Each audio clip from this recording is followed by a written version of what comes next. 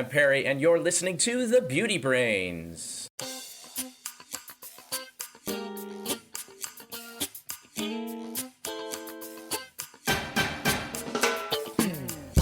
Hello and welcome to The Beauty Brains, a show where real cosmetic chemists answer your beauty product questions and give you an insider's look at the cosmetic industry. This is episode 426. I'm your host, Perry Romanowski, and with me today is Valerie George. Hello, Valerie. Hi, Perry.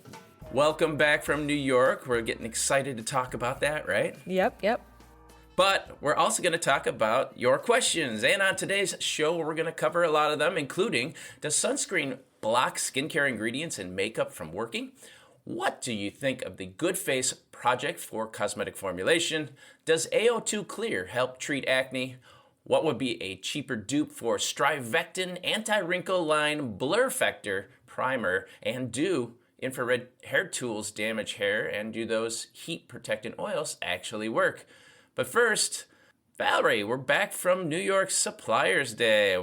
That was an adventure, huh? Oh my goodness, we didn't get to do the meetup. I left early, thank goodness. I changed my flight to come back home for a multitude of things happening back here. And I got out, and I think we can say other people didn't get out. There was a sinkhole on the runway at LaGuardia. There was something happening with weather. Yeah. Your flight got canceled, and you didn't get home until 36 hours later than intended. Yeah, that was rough, and of course I stayed out way too late. That trip is always about, that interesting. I got an extra hotel because my flight was canceled and such, and I didn't check into my hotel until 2:30 in the morning. And when I got there was a line to wait to check in. Oh my goodness. I couldn't believe it. It was like 10 people deep.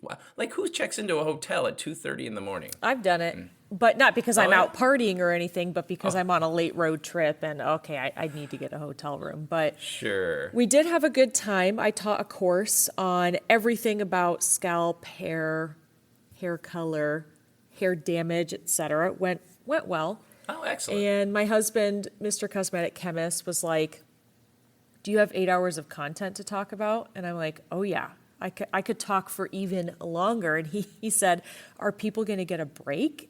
And I said, no breaks. And he was like, you have to give people a break. And I thought, of course they're going to get breaks, but not many because we have a lot of content to cover. So that was good.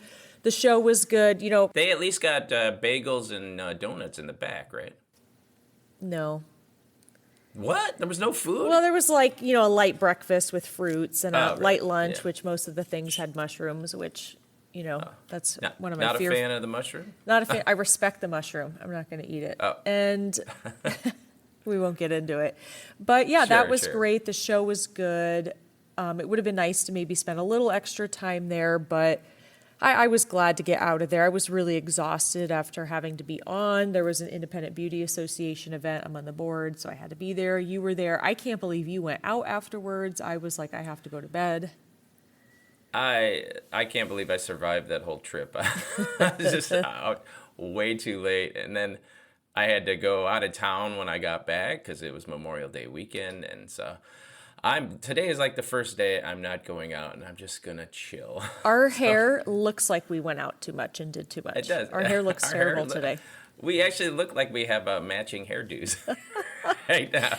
It's not good. You could see my hair, if you want to, on my account, my TikTok account, Porch Kitties, which I do every morning. And then just imagine me, and that's what my hair looks like today. It's, as my dad would say, you going to work like that? And you know what? I am. Well, overall, the show, they had some interesting stuff. It looked like the trends were really biotechnology, lots of exosomes and peptides and that kind of thing. And, of course, AI stuff. And it seemed like it was actually, what I noticed down a bit was the focus on green beauty and clean beauty and that kind of stuff. So that's all seems to be fading into the background, being replaced by advanced technologies, I guess.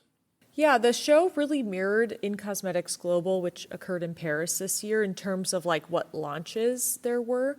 For me, it was a good opportunity to catch up with the U.S. sales people that are at the show and get questions answered that maybe I had on things or other projects, or market volatility for ingredients. You know, for example, I just wrapped up a project and there's a material in there and there's concern that there might not be able to be good market supply. And so it's like, hey, can you check on this? So I used it for that, of course, and to connect with friends and all those things. But yeah, it was good. The weather was hot. New York felt like a swamp, and I was glad I got out of there. It was a little warm. Do you think that anything you saw there is going to have a big impact on beauty products coming in the future that consumers would look for? No, there wasn't anything where I was like, wow, holy cow, this is really neat. I think there were things that consumers are already looking for, which are the peptides, the exosomes, a little bit of PDRN. I don't think consumers really understand biotechnology yet. I think that's more of a industry-facing trend. Right. But maybe that'll become consumer-facing. I'm not sure. One thing that did strike me, though, was the lack of any CBD stuff. Remember that? Remember a couple years ago, everything was CBD, so you can tell that trend has come and gone. That's so embarrassing. I knew it would come and go, and I was always cringing when marketing was like, we want a hemp or CBD product, and it's like, well, you'll be out of vogue soon. Indeed. Well, it was a good show. Lots of people there, lots of fun. Now let's head on to the beauty news.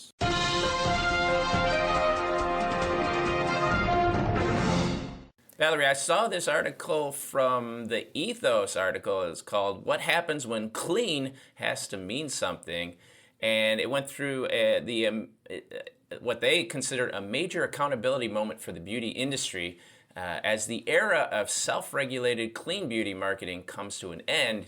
And this is driven by something that the FDA published that showed that a lot of products had PFASs in them, the forever chemicals, that were contaminated in a lot of products that were marketed as pure. So now the industry is facing an avalanche of class action lawsuits targeting major brands and retailers like Sephora and Ulta for their arbitrary safety seals.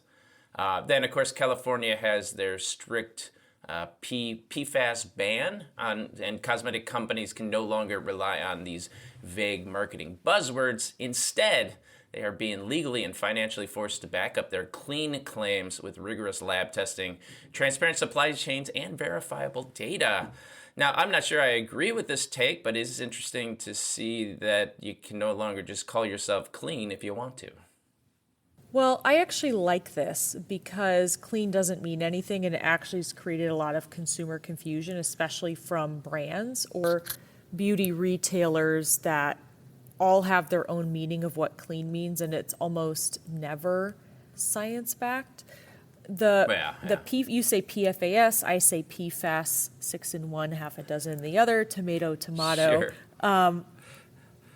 This whole I always say NASA too instead of NASA. You do not. I do not. Oh, okay, all right. It's like, that's awful. But what's interesting about the PFAS regulations is in order for a material to be a PFAS, it has to be a fully fluorinated carbon compound. And all of these different states are actually trying to engage in PFAS regulation. And from a cosmetics perspective, not many products actually have this. I think this FDA report found 1,744 cosmetic formulations to have them. And honestly, that's not a lot. It's typically found in products that need some kind of water resistance or making sure it doesn't transfer. And that would be color cosmetics, but it's actually not as prevalent as it sounds. They're just really not that many used, and we've been phasing them out for quite a bit of time. So I think this article made it sound worse. But also the FDA showed that, these were contaminants, not necessarily intentionally products added. Where it was put in. Yeah, exactly. Yeah, so I think there's a lot more to come on this, but what I do like is it is kind of forcing accountability, because the things that are the problem are the brands making claims that don't have any meaning, and the retailers creating these arbitrary seals, as the article maybe mentioned, and it does create a lot of confusion. And the law has always been, if you state something, you have to prove it, and now I think it's just being enforced, but in a different way, primarily through litigation. Yeah, that's how a lot of things happen in the United States to regulate beauty. Interestingly, I heard an interview with the woman who started Beauty Counter. Okay.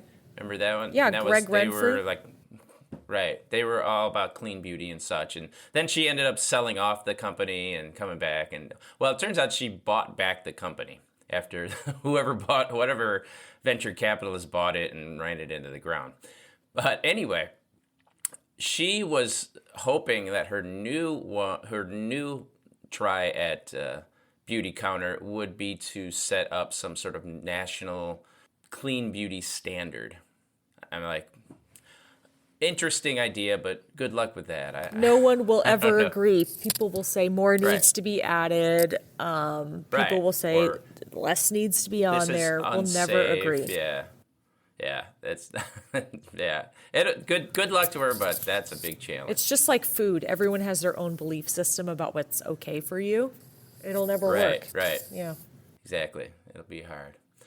All right. Well, let's head over to some listener comments. It's your voice we want to hear. Welcome to listener feedback right here. Misty says, thanks for answering my question about amlactin. Valerie said she was curious how I felt about how the new version feels. If I'm remembering correctly, I thought it felt sticky before, and I don't notice that with this version. I don't have any issues with how it feels, but I might be more tolerant to a heavy lotion, since that's probably subjective.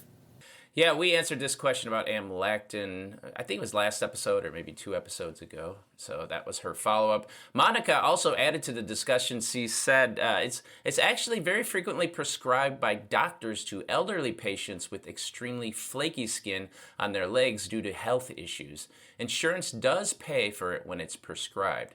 Just be careful if you have any broken skin because it will sting. It is a great exfoliation with regular use over a few weeks. Prescription level is usually to apply twice a day with the 12% version. Oh, interesting. Yeah, I'm not surprised. It's really helpful for extremely flaky skin, not just from an exfoliation perspective, but lactic acid is an alpha hydroxy acid, and just in general, they have been proven to increase moisture content in skin. So yeah, that's great to know. And when winter comes up and I get my extremely dry, itchy legs, nothing's worse than itching your shins. Sure. Like really strongly, and you're like, I might try it. The only time my legs get really itchy is when I'm bit by all those bugs, Yeah. and when I go to the Caribbean, or when the little kittens climb my legs and leave these little piercings in my legs, and then as they heal, it gets very itchy. Well, in the former situation, you could use amlactin, but it sounds like it's not recommended in the kitten situation because it would really sting. Yeah, and you know what I do use? Nothing. Yeah, willpower. That's it. Oh, goodness. Let's answer some questions. All right, our first question comes from Leah. Hiya, I had a question about layering SPF and makeup. I've been wearing SPF 50 on the face for years. In recent years, I feel like foundations and other makeup focuses on skincare ingredients. I thought after you layer your SPF, it blocks products from going into your skin. Are these products not active if you put SPF on first, or do you need to wait time? I know SPF in foundation is not strong enough alone. Unsure if these are marketing or worth investing in. Thank you.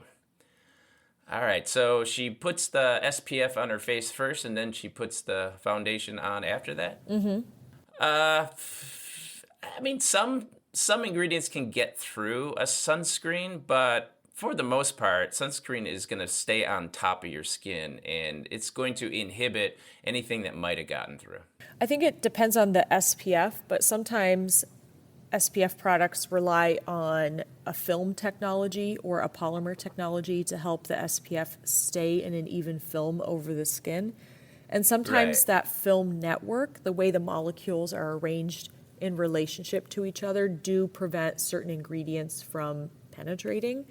Also, SPFs just are intrinsically on the oily side. If you look at SPF actives, they tend to feel greasy on their own. Like if you looked at avobenzone or ethylhexylmethoxycinnamide in a dispersion, for example, they're just really oily feeling. And so if you have these water-based actives in, an SPF that's pretty occlusive, they may have a hard time penetrating. It's tough to say. Well, I think for me, what is not tough to say is even if you're not blocking them with the SPF, you're not getting much benefit out of these anyway. I think active ingredients in makeup products are mainly put in there for claims reason, because you're not really getting the spread that you would need for these things to be effective, even if they are. And, I'm skeptical that a lot of these things are going to be effective in a way that a consumer would notice anyway. Well, I feel a little twofold on that. One, I do agree. Okay. A lot of the time in makeup products, the skincare aspect is marketing. Makeup products tend to have a low water content, and that's where typically the actives go. And if you have a small water content, you may not be able to put enough actives in there to facilitate any change in the skin. But I did do a project with a makeup brand. They had an under eye concealer, and it was very heavily skincare focused. And there was tons of clinical testing and consumer perception testing done for this particular product. And there was really significant improvement on both sides. And I know, any claim study, is usually designed to give you results, but I felt like backed with consumer perception testing and a blind test, the results were overwhelming that the consumers felt like there was change in their skin. And the one thing that the testing company remarked to us was every single respondent asked where they could buy it because they felt like it had really transformed their under eye area. But I don't think that's common. Right, and it sounds like a well-formulated product. And they spent a lot of money doing it. So I would say that's not typical that you would get those types of results from skincare ingredients found in makeup. But I always say, if it doesn't hurt you, who cares? Just do it anyway. Unless there's a huge price differential, but I don't think there should be. Yeah, no, I agree. But I think the problem is that these makeup companies have is that the technology in makeup isn't changing very much. No. The makeup is kind of, same. It's got the same colorants and things. It changes a little bit aesthetically, but they got to do something to spice up the products, right? And I think the skinification, your favorite word, of makeup is one of the strategies they're doing there. Exactly. So Leah, use it if you'd like to, but I don't think you need to make a switch if you're happy with what you have. Our next question's an audio question, and it actually wasn't an audio question. Frank wrote in and said, Perry and Valerie, I give Perry permission to use an AI voice of his choice to ask this question, which I'm against, but, Frank apparently loves it just like Perry, so here we go. I don't necessarily love it, but I am intrigued. Here it is. I recently came across a cosmetics formulation role that desired experience with the goodfaceproject.com.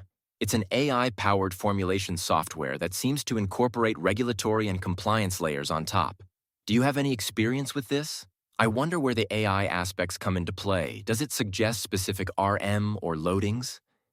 I imagine that different companies might all converge on the same formulas given that certain ingredients would get flagged. All right, Valerie, the Good Face Project. Are you familiar with the Good Face Project? I am. I have experience using it. Yep. This is actually, this I guess is more like a formulator, cosmetic science question. So consumers, you're kind of peering behind the curtain here, what goes on in formulating. But the Good Face Project is, I guess it's like an AI software that can help collect all your data about raw materials, about regulations and such, and also can help you in formulating. I actually have also used it, at least a trial run of it, but in a regular job, it just doesn't really fit in with the workflow that I have about how you create formulas and keeping spreadsheets and things. And so I haven't really adopted it, and I do have other sources for the information that it can get. And also, sometimes the information is, with all these AI things, the information is never like 100% confident that it's right. So you have to be a little unsure about what it's giving you. So you have to double check anyway, and then that kind of removes some of the benefit. The Good Face Project actually started out as a tool for formulators to input a formula, and it would check it against retailer clean lists to see if your product was compliant against a retailer standard. And they had tried to get me to adopt it, but I said, I don't need that. I already have tools that can help me check against those retailer lists, and I don't need a special software to do that.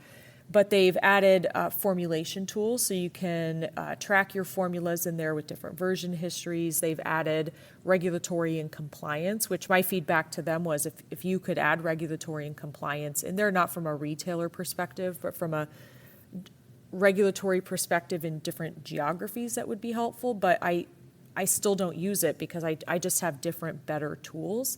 You still have to be knowledgeable about ingredients and regulations because this essentially just pulls information from the internet, right? It doesn't use experience or understand the nuances in formulation about why something would be used or why it's okay to use an ingredient at that level because it transforms in the product and is no longer existing at that level. It doesn't understand those types of things, and I think the interface is beautiful, but I use other software programs.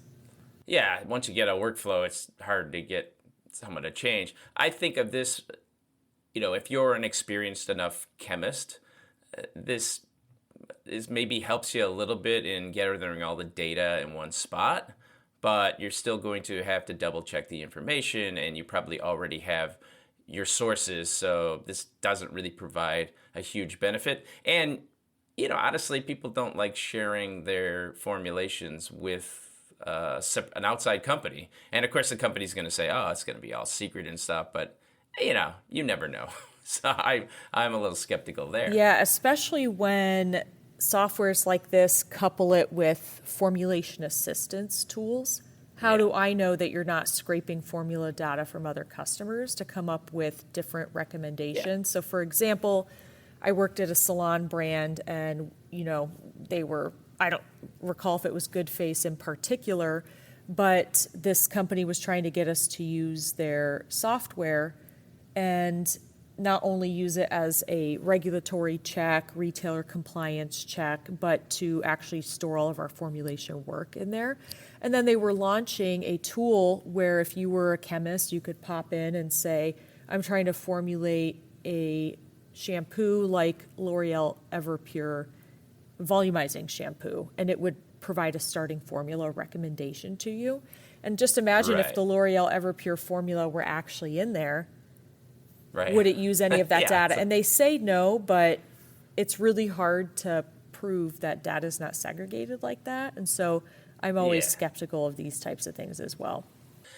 Now, the one thing Frank said about here is he imagines all the, if everyone starts to use a tool like this, the formulas would generally start to converge. And my response to that is that the formulas already kind of converge. Mm-hmm. I remember looking at body washes, body washes at retail, and, ingredients that almost every body wash uses. SLES and cocamidopropylbutane. I mean, the top 10 selling ones all use kind of the same detergent base. So if you're going to use a tool like this, it's not making things more the same as just natural market forces. And what that does lead to is that people who want to be different will look and see what everybody kind of uses and then purposely not use those things. Yeah, I agree. All right, thanks, Frank. We got a question from Kara from Patreon. It says, hi, Beauty Brains. I love your show and appreciate your opinions and your no-nonsense approach to the marketing claims made by skincare companies. I'd love to hear your opinion about the AO2 Clear, a topical acne treatment made of only 2 ingredients, distilled water, and oxygen nanobubbles, marketed as a very clean option for breakout-prone and sensitive skin. It's supposed to deliver high concentrations of oxygen into pores via nanobubbles to inhibit acne-causing anaerobic bacteria and reduce inflammation. It aims to improve hormonal and persistent adult acne, reduce redness, and support overall skin health without the typical irritation or dryness associated with standard acne treatments like benzoyl peroxide or retinoids. It's sold as a 30-day supply in pouches. Once opened, each pouch is meant to be used within 14 days, typically twice daily, and visible improvement expected within the first couple of weeks of consistent use. They have a hydrated version that has glycerin in the formula, and they have some clinical studies. Looking at the study and the science claims, do you think this product could benefit acne and dry skin? Thank you for your time with this. All the best. What? Water and bubbles? Come on. Is this a real product? It's a real product, and believe it or not, it's come across my desk before from a customer who was like, hey, is this something we should do? And ultimately, I recommended not doing it for a multitude of reasons. Okay. So the premise of the science is that they infuse nanoparticle-sized oxygen bubbles into water, and then it's hermetically sealed into a pouch. Once you open the pouch, it has to be used immediately. You have to use the whole pouch. And the thought is that these nano bubbles are able to interact with C. acnes, which is the acne-causing bacteria. Certain strains of it are acne-causing on skin. And C. acnes, they like to live in the pores where the sebaceous glands are, and they don't like oxygen. And so the thought is these nano oxygen bubbles go in and just totally eradicate adverse strains of C. acnes that contribute to acne. And so in theory, the science sounds pretty interesting, right? But in reality, I don't know how well it works. So they have one clinical study on their website, and I would say a lot of the details are missing. So they involved 14 clinicians, which I would have to say presumably would be dermatologists or estheticians. It doesn't really say who the clinicians are. And they gave it to their patients. A total of 66 responses were received, but I don't know how many people actually did the testing. They were not given a control, or at least a control was not disclosed. It doesn't provide a lot of information other than a 1-month supply twice daily to these patients, and all the results were self-reported. So a patient had to say, oh, I had some improvement. Oh, I had dramatic improvement. I would maybe recommend at one point, like it's very vague, patient enjoyment. They have some before and after pictures, but it also doesn't say what else they were doing in their regimen. If they were seeing a doctor, presumably they were also on some other kind of treatment. So I would just say there's a lot of questions I have about this study. I look at this study, they say 88% of patients reported improvement after 30 days of twice daily use. Well, you know what? If they did nothing, they would improve in 30 days. It could, right? You always say there's 3 things that could happen. What are the 3 things? 3 things that could happen with any treatment. It can get better, it could get worse, or it could stay the same, right? And the same thing can happen if you do nothing. Yeah. It'll get better, worse, or do. So when I see a claim like that, I'm like, 30 days is a long time for acne. Like, if you do nothing to acne, it's going to go away in 30 days. I mean, new ones will pop up, sure, but, you know, I don't know. I do not find that claim impressive, 30 days. They primarily rely on testimonials on this page also, and it doesn't disclose if they're paid, if they are partners, if this is not an advertisement and it's a pure, hey, I love this product. But there's many of these, and probably more of these than information about the clinical studies. So I would, I hate to be like Perry, but I would be a little bit skeptical. Maybe they have the full study available, but... Well, I just also think, like, the whole premise of it, oxygen nanobubbles? What's an oxygen nanobubble? There's no such thing as an oxygen nanobubble. Yeah. Is there? I don't think so. I think they're just making that up. Also, I will say that treating acne is like an over-the-counter drug thing. And so nanobubble oxygen is not on the OTC monograph. And this isn't, you don't get a prescription for this, right? No. I mean, yeah, at the end of the day, these are all drug claims. And the fact that you have to get a 30-day supply, like it just feels kind of yuck. It's a different approach. I will give them that, but I remain super skeptical. Yeah, well, just to answer one other question, Kara says, will it benefit dry skin as well? There's the AO2 hydrate version. And of course, it will hydrate skin. It's water with glycerin added, but any serum or moisturizer would do that. Yeah, it's not going to do anything special. So, boy, bubbly water. Okay. How about we move on to our next question? Hi, Valerie and Perry. Love and appreciate your informative show. I've learned and saved so much. I use and like the StriVectin Anti-Wrinkle Line BlurFector primer, but my budget hates the price. It feels good at application, helps how my makeup wears on my aging skin. Do you know of any dupes out there that would be more economical but give me the same results? Thanks for taking my question and for all you do. A loyal patron on Patreon, Laura. Well, thank you for supporting us. I am looking at the product. It's like, let's see, it's a special. So cyclopentasiloxane. Oh, that's what makes it feels good. Helps it spread. Right. They might have to formulate that out, though, right? Maybe if they sell it in Europe, for sure. Let me just give you some background on StriVectin. They have a great reputation on our side of the industry for being pretty thorough in the formulation work, for clinical testing, for ensuring that whatever they say is doing the things for whatever they say. They have a great reputation in that respect. So, sometimes we see products and we're like, who is this company? Who knows what they're doing? The data is not great, but just my impression from knowing people in the industry who worked at StriVectin, they are pretty thorough. And looking at this formula, I mean, it's packed full of silicones and things that make sense with helping to blur wrinkles and imperfections. They have a polymer in there, polymethyl methacrylate, but they have dimethicone cross polymer.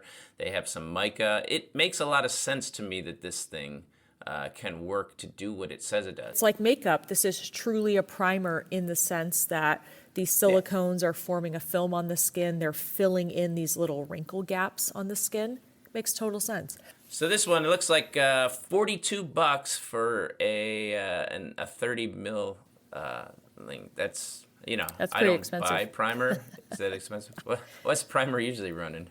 I think I would say depending on the brand, probably $30 to $50. But for 1 mil, I think it's expensive. It's just 1 ounce. And they've infused some skincare ingredients in here, like different plant extracts.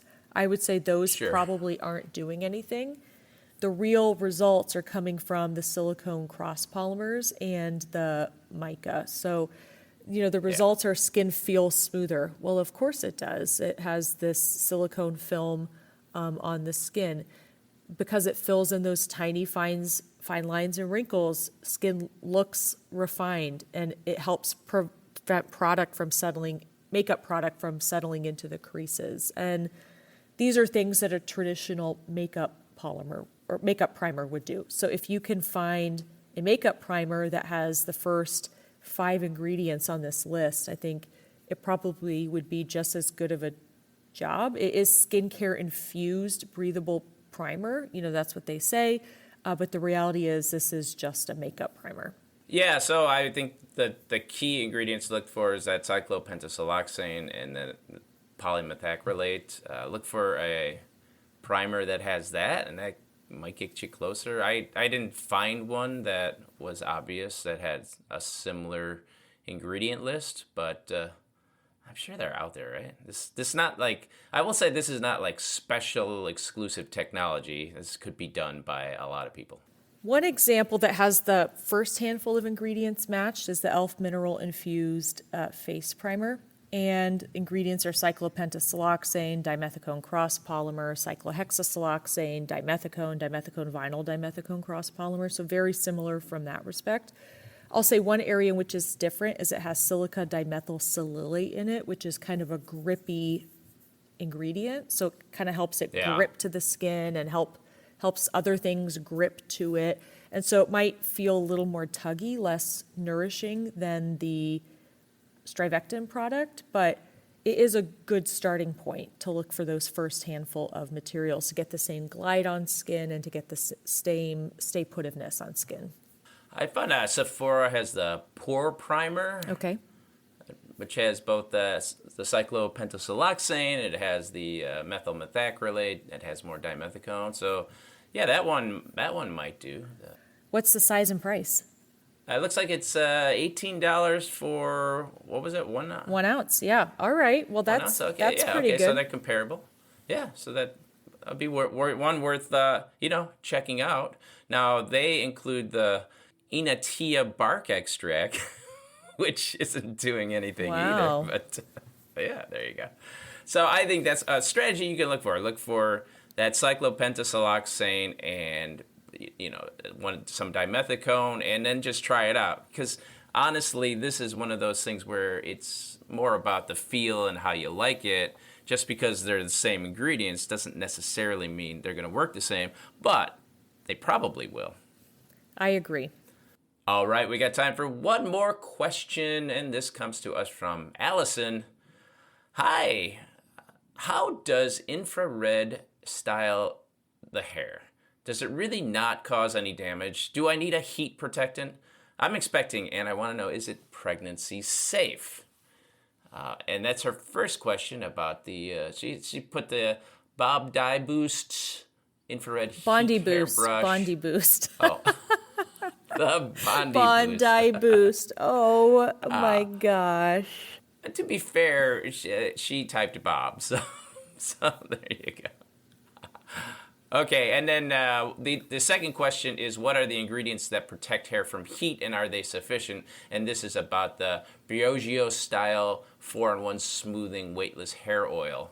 So if you use a heat protectant at night on damp hair, do I need to use one in the morning while styling my hair? Thanks, Allison. So let's start with the first one, these infrared heated brushes. It sounds like, techno speak to me. Is this really helping your hair? Well, it helps dry the hair, and infrared works a little bit differently from conventional hair dryers. So in my prior life, we had a large tool assortment, and we had a guy who knew a lot about hot tools and hair dryers and, do ions really work to dry the hair? And, a lot of hair dryers come with tourmaline in them and ceramic and all the things. And so I got to learn a lot.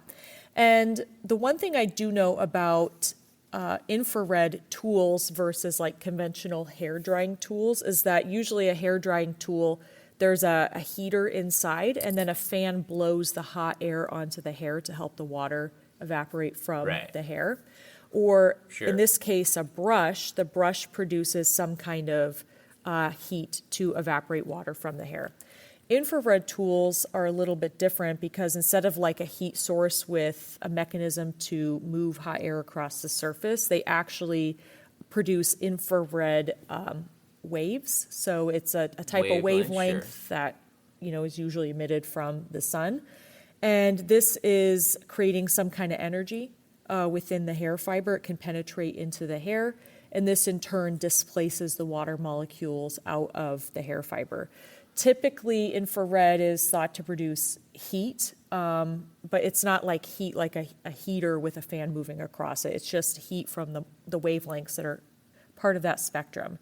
And so it kind of boils off the water then? Kind of boils off the water, yeah. And so in this case with a brush, the brush is moving through the hair and at the same time putting out these infrared wavelengths to improve the rate at which water evaporates from the hair fiber. Now, is this damaging for hair? I don't think it's the infrared itself that damages the hair. In fact, there's some literature in the old hair literature days that looked at the impact of infrared wavelength on hair, and there is no damage impact. It doesn't fade hair color. It doesn't necessarily damage the tress on its own.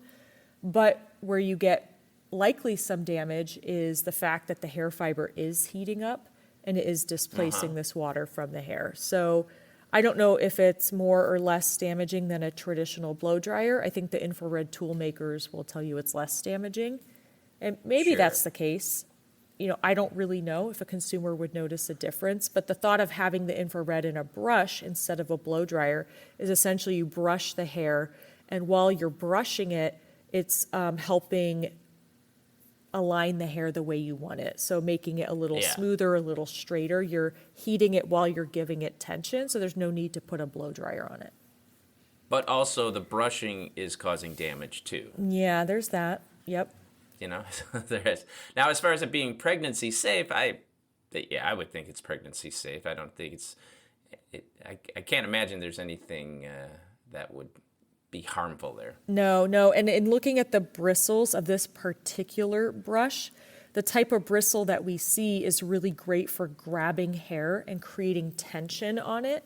And as the hair is drying, while it's tense, you're going to be able to get looks like you're having a blowout done at a salon, essentially. It's grabbing the hair, helping realign those hydrogen bonds to make your hair look smoother, glossier, et cetera, all those things. So I just wanted to point that out. This isn't a brush that you could brush your hair with to detangle it. And I think inherently this brush is a little bit rough on the hair, so you would have to take that into consideration with the hair damage.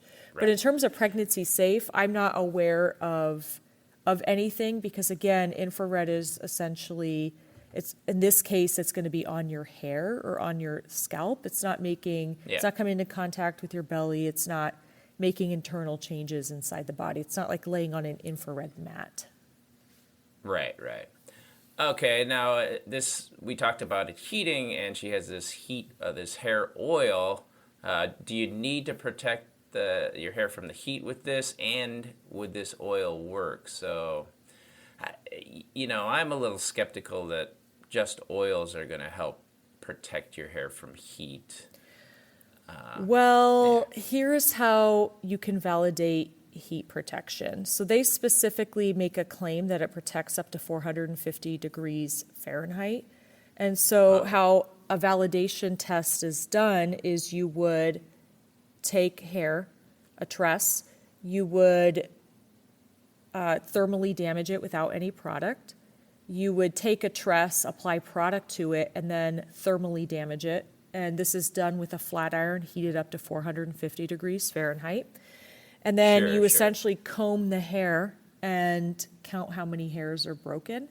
And if you have less broken hairs with the treated product, you can claim there is some thermal protection because less hair is damaged and less hair is broken. That's typically how that test is done. Now, with that, all oils from that perspective provide some heat protection up to 450 degrees. But I still recommend using a product that's more of a traditional heat protectant because oils also tend to heat. They may have varying smoke points.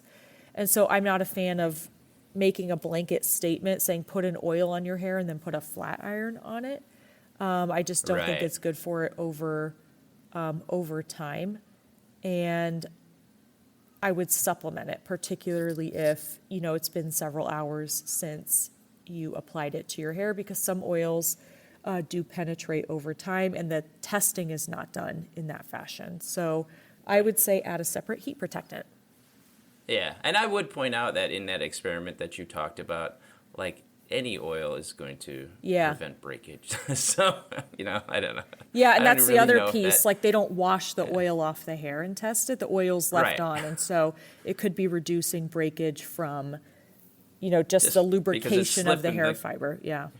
Right, exactly. That is kind of one of the tricks the industry does to tell you your hair is getting stronger. If you condition your hair versus a non-conditioned hair, it's going to get less breakage. But I will say... We'll save... Yeah. Go ahead.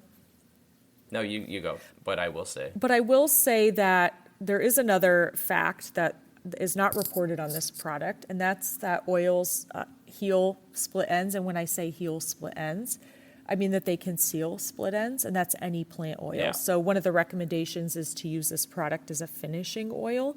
and it helps temporarily close those split ends together. And so I think that's actually a great use for this product as well. That's kind of like when you are trying to put a needle through, or a thread through a needle, and you put it in your mouth and you lick it and you stick it together temporarily, right? Exactly. Yeah. Yeah, exactly. That's a great analogy. Exactly. Oh, thank you. Thanks for listening. If you get a chance, head over to Apple Podcasts or Spotify and leave us a review. That will help other people find the show and ensure we have a full docket of beauty questions to answer. And if you do have a question, just record it on your smartphone and email it to thebeautybrains@gmail.com. You could also use the form in the show notes to submit your question. You can call us at 1-872-216-1856 and leave a message. And if you don't mind an AI voice like Frank, you can just tell us, hey, you can use an AI voice. Hey, the Beauty Brains are also on Patreon. You might have noticed in this show we don't have any commercials, and that's because we don't take sponsorships, and we're fully sponsored by the people who listen to and appreciate the show. So if you're one of those people, head on over to patreon.com/thebeautybrains and subscribe at any level. You also get the show early, you get your questions answered in a higher priority, and you get a transcript of the show. Don't forget to follow us on various social media accounts. On Instagram, we're at The Beauty Brains 2018. On X, we're at The Beauty Brains. On Bluesky, we're at The Beauty Brains. We have a Facebook page, a TikTok, and a YouTube. We are out there. Well, thanks again for listening, everyone. And remember, be brainy about your beauty. Thanks, everyone.